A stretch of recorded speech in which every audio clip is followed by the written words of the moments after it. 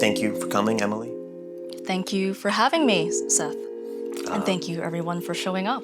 We did this, it was like a month ago or 2 months ago at NFT New York. About a month ago, yeah. What has changed since then? Well, I've completed this project. That's good. You're more relaxed. Yeah, actually, yes, I am. The work looks like extraordinary. Thank you. Thank you for being here and thank you for doing it. It was a great, enjoyable process. Why don't we start by talking about your process? Kind of what's like a day in the life of your generative creative code like? What's a day like? So I do sort of work on weekdays, Monday through Friday. And no matter how I feel, if I set that day as aside for me to work on generative art, I'm going to do it. And so sometimes that means that if the ideas I have in mind, if the vision's pretty crystallized in my head, sometimes it means laying down like hundreds of lines of code. And other days it means I kind of sit there in frustration. Maybe I'm exploring, maybe I'm banging my head a little bit. But I think really what I'm trying to get at is that for me, consistency and habit is pretty important for me. I think there are some exceptions to this, like some days, if I notice myself kind of getting a little burnt out, I'll reserve days in the week ahead to sort of just take a break. Or if I'm like hurtling towards a deadline, maybe I'll work beyond my Monday through Friday. So that's kind of what I do. I mean, in the morning, I'll do kind of more administrative stuff. Like I'll sit there and maybe like answer collector inquiries. And then usually afternoon, by then I'm kind of like programming or kind of working on my art itself. Any like special music you listen to or ways to kind of get yourself into a flow state? I actually don't listen to music too much when I program. Like I liked kind of silence. It's a little bit more meditative for me. But in terms of like sort of habits, like rituals that I do, I always eat like a snack or breakfast or something, and then I drink a strong cup of green tea. Okay. Yeah. What was the process like getting ready for this compared to memories? Same? Did you change anything? For the working progress, or like my day-to-day, it actually changed because while I was working on memories, I had the sort of benefit of just being heads down and only working. I didn't have to deal with kind of inquiries or kind of like social media as much, or sort of keeping in... You weren't famous.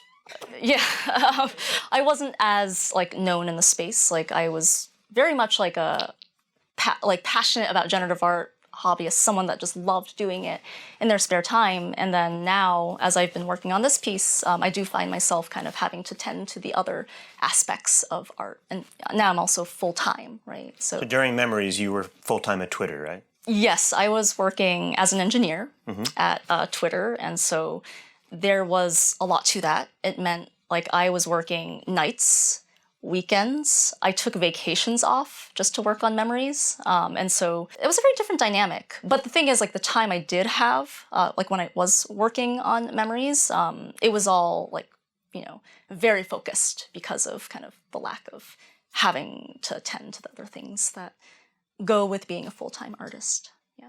And also I think different levels of expectations. Yes, very different levels of expectations, absolutely. Do you want to just take us back, like what's your genesis story? How did you start in the arts? How did you start coding? Where did you grow up? Oh gosh, okay. My bio, it sounds like. So I grew up in rural Maine. I grew up in the sticks, actually. And I always identified as like a creative. So as a young kid, I was constantly making art. And collages? I made some collages. I did a lot of drawing. I loved like oil pastel. I played a lot of traditional media. And then I also liked to program a little bit as a kid. I made some pretty ugly web pages.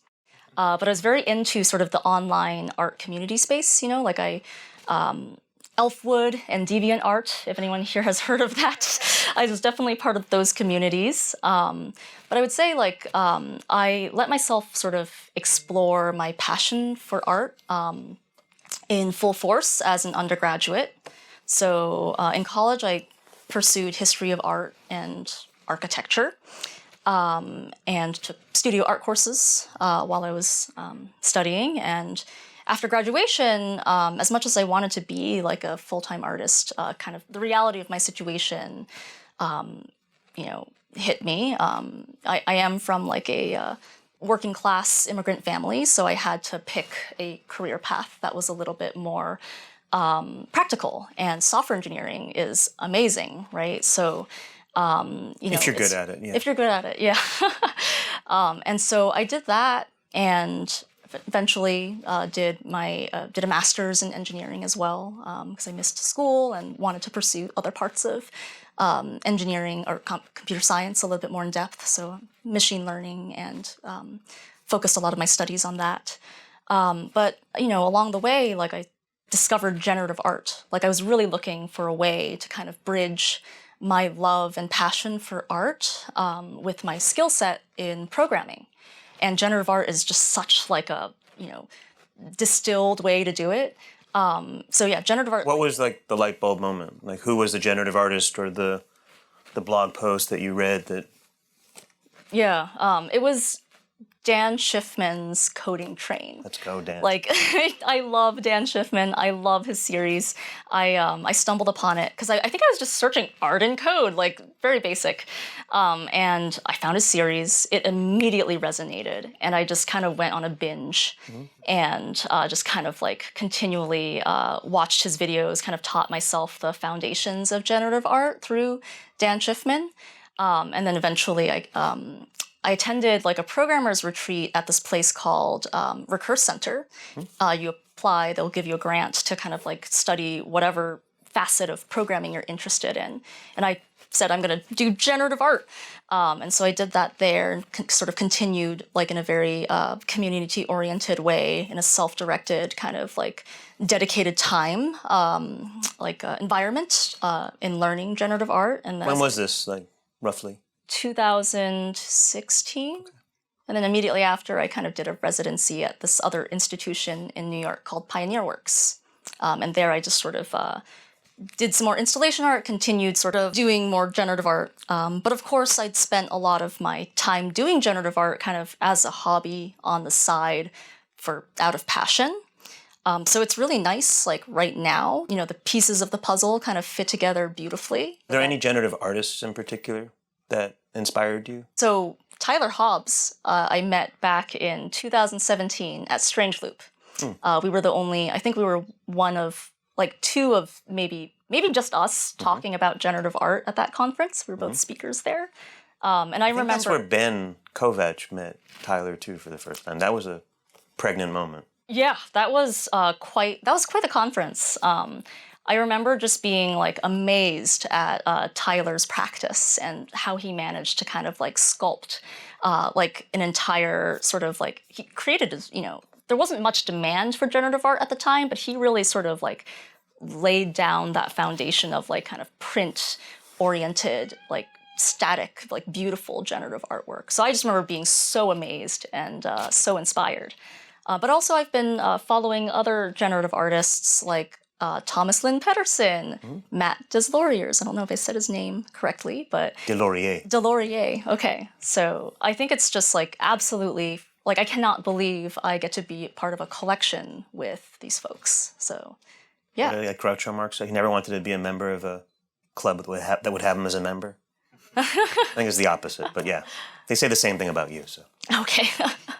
Off script. Yes. You want to talk about like, because you can think of JavaScript, but you can also think of collages. Like, how do you come up with a name? Yeah. So for the title of the series, I really wanted something that kind of spoke to sort of the playfulness of the aesthetic, right? It's playful, it's vibrant, it's fun. It has like this little bit of like an off-kilter feel to it. And I actually want to give a shout out to Andrew Batter, who's sitting right there in the audience. Because it was actually Andrew that sort of initially suggested the name. during a brainstorm session with me. And I remember like when he said it, I was like, ooh, like that somehow resonates. And it made it to sort of the short list of names. What were the other names? I remember like deconstruct, which we shot down. Yeah, assembly. Too loaded philosophically, yeah. Yeah, exactly. Assembly, assemblage, hot tea was actually one of the candidates. But the thing is, like, as I sat down to sort of write sort of the description for the project, sort of to describe what is this all about, what does the project mean, it became pretty clear to me that off script actually was really like a fitting name, because at the end of the day, the project is about kind of like medium and materiality. Like when you look at one of these outputs, you know, it sort of looks like you can you can see the pieces of paper. It's like you can tell what everything feels like. You can put your hands over it, right? But the thing is that, you know, it's actually just JavaScript. It's like code at the end of the day. So this piece is all about sort of challenging its own medium, right? Like digital sort of immateriality, and sort of versus like kind of how physical and sensorial this feels, right? And so off script kind of references its own medium in both directions, right? Because with off script, you think of maybe like a script, like, you know, maybe like a play script or something written on a pieces of paper, like parchment with ink on it or something. You think of script in that way, but you also think about JavaScript, which is what it's actually made of. Or you think of, you know, like a programming script, right? So the name was just so fitting in so many ways. It just embodied the piece, I thought. So one thing I've like noticed, I think going back to Incomplete Control with Tyler, and then Imprecision, which was Thomas's show last week, which when we talked about this here, was like the attempt to use code to create something that looks arbitrary and ephemeral and organic, right? So in the case of Thomas's work, particularly on the prints, it looks like stained watercolors on paper. Yeah, right? Absolutely. And I can only imagine how sophisticated you need to be as a programmer to make something look so haphazard. So I know, I mean, this is Matisse from what I understand from art history. This is not yours. Yes. But from the outputs I've seen, like there's these great, like, and we'll see them tonight, just it looks like pencil drawings. It looks like, again, it looks casual. Like describe like the programming challenge of achieving that kind of effect. Of kind of making something look human-made. Yeah, almost like making something look accidental almost. Yeah, I mean, there's the element of kind of randomness that goes into making generative art. So it's all about kind of taking that randomness and kind of like wielding it in a way that kind of produces like a human output. But that also looks good. That also looks good. Yeah. So I think like it's definitely a delicate balance, right? Like when you're playing with randomness, if you allow too much randomness, it kind of looks super, I don't know, it's just all over the place, right? So weirdly enough, to make something look kind of sort of, you know, whimsical and kind of like human like this, you actually need to program in a lot of constraints. It's a delicate balance. So, you know, constraints around like maybe shape sizes, constraints around kind of composition. And so in a lot of ways, like these outputs, they're actually kind of defined by, like within the algorithm, there's a very narrow set of parameters that it kind of traverses. Yeah. And sort of exploring that space. But also, it uses a lot of Perlin noise. So A lot of what? Perlin noise. Yeah. For those of us that are not amazing generative artists like some people here, what does that mean? So Perlin noise is definitely a technique in generative art. It's a function that kind of produces natural-looking randomness. So pretty much everything has Perlin noise applied to it here. What are like the stains? The stains. Oh yeah, so the stains are also generated by Perlin noise. Like if you imagine kind of like a 3D Perlin noise field that kind of looks like a landscape, if you take a slice of that, that will produce those kind of splotchy looking things. So if you take a slice of that, that's like a 2D slice, you plop it on top. And I'll get that on the first video of the coding sound The coding training with Dan Shipman. I'm going to learn Perlin noise day one. You will learn Perlin noise, but I don't know if you'll learn to apply it like that. You'll learn to make a flow field, actually. Okay. Yeah. I feel like that's a really good video. And also a really great way to start understanding Perlin noise. Do you want to talk about some of the palettes? The palettes are they're colorful, they're playful. Some of them were inspired by this whole series is kind of inspired by early 20th century modern artists. It made sense to me to have the inspiration because this piece is about medium and material, and early 20th century artists really loved kind of exploring that sort of realm and pushing boundaries around that sort of discussion. So anyway, you'll see palettes that are kind of inspired by Matisse, for example. You'll see Picasso-inspired palettes. There's a little bit of like Russian constructivism in there. Like there's a little bit of vestigial sort of influences. Like there's just, I definitely looked at a broad range of modern art for inspiration. Western, right? Because Memories feels more Eastern influenced. Yeah. And the outputs that we've seen so far from Offscript feels more inspired by Picasso and Matisse and sort of Western art. Like, is that intentional? Yeah, absolutely. I think it's partly because, like, when I started creating this series, I kind of thought to myself, like, my intent is definitely to create a series where it looks very much like same artist as Memories of Qilin, but different collection. And so I was definitely thinking, like, well, how can I do that? Like, I sort of took a step back and thought about, like, in Memories of Qilin, what did I care about a lot? I cared a lot about, like, texture. I cared a lot about, like, shape and composition. So I really wanted to dial in to those components of the artwork and kind of, like, ramp them up and sort of explore them in ways that are kind of maybe thematically less bound, right? And in some ways, like, doing it through kind of the aesthetic of modern art made a lot of sense because that is what, you know, they were all about. Like a lot of early 20th century modern artists, they were interested in exploring these components, texture, shape, form, composition. And for a lot of them, it was about kind of distilling all of those expressions in sort of abstract ways and sort of exploring things kind of at its, you know, in its pure form. So grounding my artwork in that kind of aesthetic, in this sort of exploration of medium and material, it made a lot of sense. With Memories, there was 1,000 outputs. Yeah. With this, there's only 100. Do you want to talk about how you approach those edition sizes differently? Yeah. So I would say that with Memories of Qilin, you know, like, because it had 1,000 outputs or 1,024 outputs, it gave me more range to sort of take risks. So the same algorithm that produces this thing, sometimes it produces this thing. It also produces, like, you know, a lion. Like, I wanted kind of, it took a lot of risks. Like, sometimes it did produce things that were a little less, like, of the sort of theme that I was going for, and that's okay.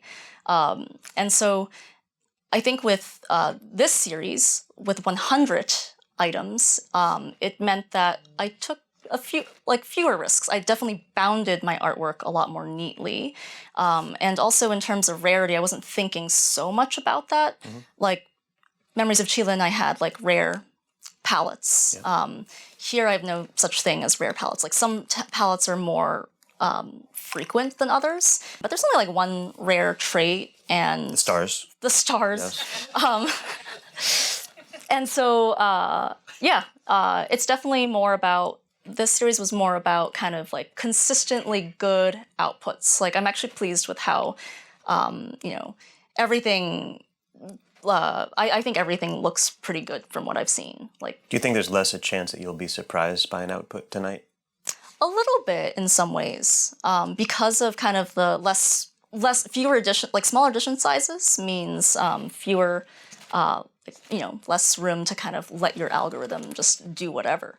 However, it does surprise me sometimes. Like the other day, I you know, rendered an output and it gave me a Picasso face. I saw that. Yeah. And that to me was really surprising. We might get a lion, Maybe I'll get a lion today. Yeah, that'd be really fun. rooster, or whatever. Or rooster. Actually, there are some bird-like elements sometimes. You know, the circles kind of produce eyes.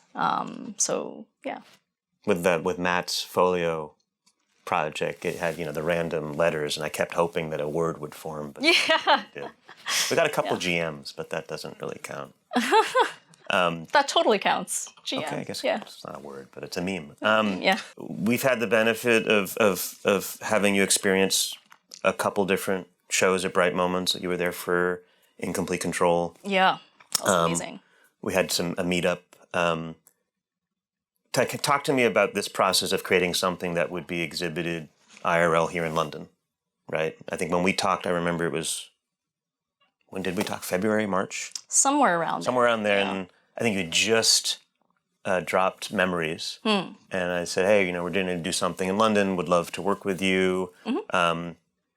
Given the fact that this was, I think, designed from the get-go to be experienced physically, did that change the way you approach the algorithm at all, or just describe what it's been like to create something physically? I remember when we were in that discussion, that initial discussion, you said that the theme of this London collection would be craft, and sort of like handmade stuff. So I definitely sometimes I have too many things that I want to explore. So for this series, I really let the exhibition theme drive the entire concept in a way, right? So when I think of craft, the first thing I do think about is collage. And cutouts, yeah. And cutouts, right? And also, it's also very handmade. Collage is a pretty interesting medium because you're actually actively working on it. Your hands are connected to the final art piece. You're cutting things out, you're pasting things on the canvas. It's different than, say, painting, where you have an implement between you and the final piece, right? So I would say that I let that sort of drive the exhibition. Great theme. But also in terms of thinking about the exhibition design, I kind of let that sort of come out after the fact, right? Or a little closer to when the concept had come to fruition. And so for this exhibition, we wanted the theme of the series, kind of medium and material, to kind of be front and center. So the exhibition was designed around that. Yeah. I'll open up to questions soon, but stepping back a little bit, just talking about, you're active in the art blocks community and the generative art community. Where do you see the space heading? What are some of the other artists that you're most excited about and projects that you're following? I definitely think generative art is having a real moment, and I think it's a moment that's going to last. I think generative art has been kind of historically at the margins of the art world. There wasn't really demand for it. It definitely was. It's an art form that's been there for a long time, but it just hadn't been sort of in the art history narrative. And I think right now what's happening with generative art is that it's kind of being adopted into the canon, right? So it's going to be sort of in the history books. It's going to be within institutions. And I think we're already starting to see that happen. So that's pretty exciting for me. I do feel. What do you attribute it to? Well, Art Blocks also has played a huge role in it. They've really stewarded the genre in a way that it hadn't been able to be driven before. They've really taken sort of that by bringing it on chain. By bringing it on chain and sort of taking that sort of demand for kind of that what's interesting about generative art is that it's kind of inherently it kind of discusses sort of art in the context of technology, right? And right now that's just very relevant. Technology is shaping art form. And so anyway, Art Blocks has really kind of driven that movement, and it's going to continue to do that, I think. But in terms of sort of artists I'm excited about, I am really excited about other sort of women artists and sort of minority artists, because I think it having their sort of unique sort of experiences kind of color the field with different, with their art. I think that's really important. I love supporting other artists. Do you teach? I do teach. But I was going to say that recent works that I've collected include Elida Sun's Glitch Crystal Monsters. And I was going to say I'm really excited. I really loved these last couple of drops on Art Blocks, Running Moon by Li Shahi was like really beautiful, and this recent drop from yesterday, Fahad, yeah. yeah, was really stunning. Like I loved the way that it was both like kind of playful but also unsettling, like that I sort got of. an eyeball pyramid. Yeah.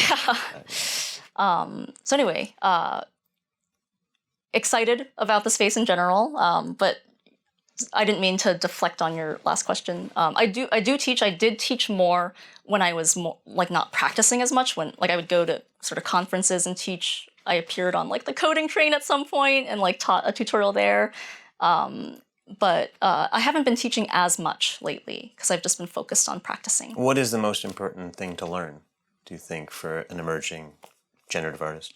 All the foundational techniques, Perlin noise, for one. I'm working on that tonight. I think like learning kind of, just learning an array of the techniques so that you can sort of combine them in sort of your own ways. Yeah. Okay. Thank you. I'm going to ask them maybe some questions. We have an amazing audience here, so Yeah. do not want to take up too much time because we've got Elida, Jeff, come on. Did you do any physical studies in preparation for this project, or look at physical materials and try to emulate them with code, or did you just shape it, through digital means? That's a great question. I shaped it mostly digitally. There were times where I kind of looked at different papers and sort of like I'd sometimes just, at home, like I'd maybe flip open a book, like a nice book and stare at kind of like the papers there. But for the most part, I conducted this pretty digitally. Yeah, that's a great question. As you're working and like moving through the like purely creative and visual process, how much of it happened just in code, and how much of it happened like on the computer, but like in say Photoshop, and are there other like digital tools you use to like quickly iterate? Yes. So I definitely like to sort of lay down the concept and see it as much, sort of like mock it up as much as possible before programming, because programming is intensive, right? Like it would be a shame to sort of like have an idea, program it out, and then it actually doesn't look good. So a lot of the times for this project specifically, actually, and actually Memories of Qilin, I would like have an initial output, like maybe I've designed an underlying system, and then like there's regions that I could sort of like rope in textures for. I would take a screenshot, put it into Photoshop, delete out like a region, and replace it with like a texture or a color. That or makes like, sense now. and that's a really easy way for me to prototype things and see like what does it actually look like if I brought in like a blue, or if I brought in like a kind of a ropey texture here, like how would that affect the whole piece? And having that visual there is actually just so important. But that's also like it's a great way to kind of work, because programming will take you a long time otherwise, or can take a long time. Do you think in terms of the building or the rendering or animations, or do you think of it as a flat, fixed image? For this series, I tend to think of it as like a flat, fixed image. I mean, there is like I can animate it out, but I actually don't like that because I think like it. I kind of like everything to hit you all at once. Like, oof, I see like so much paper. And I think like animating it in for this series kind of like takes away from that. So, but I certainly am open to kind of like experimenting with generative art that is a little bit more movement or animated based. Somewhere down the line, I think it'd be fun to do that. I mean, it's incredible that you worked like pretty much, natively digital for such an organic collection.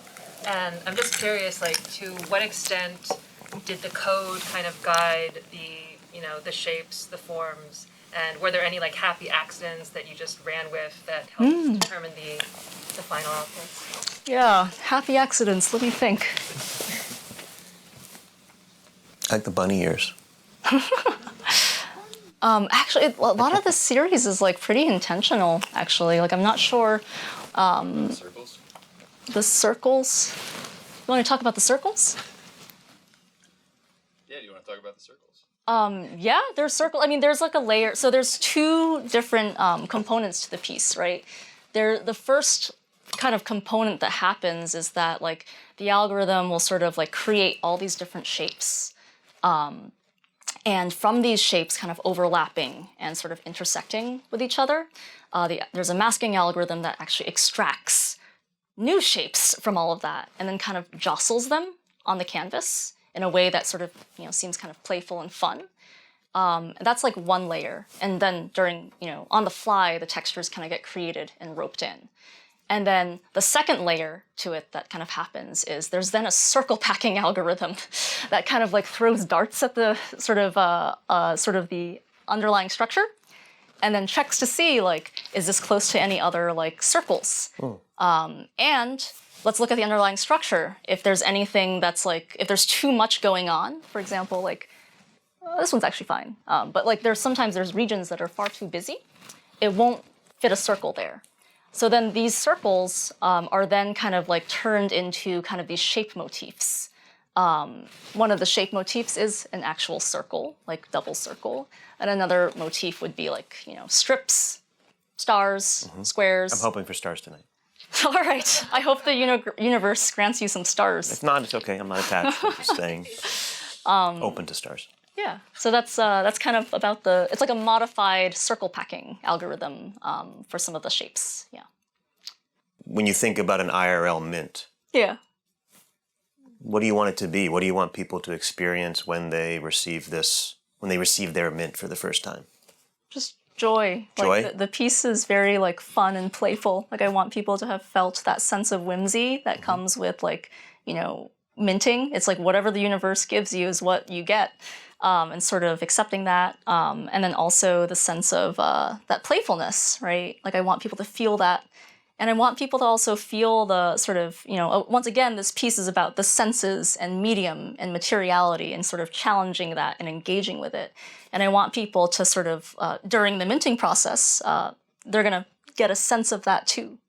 They're gonna explore that themselves. Craft work, working with your hands, yeah. Thank you. Thank you. And thank everyone here.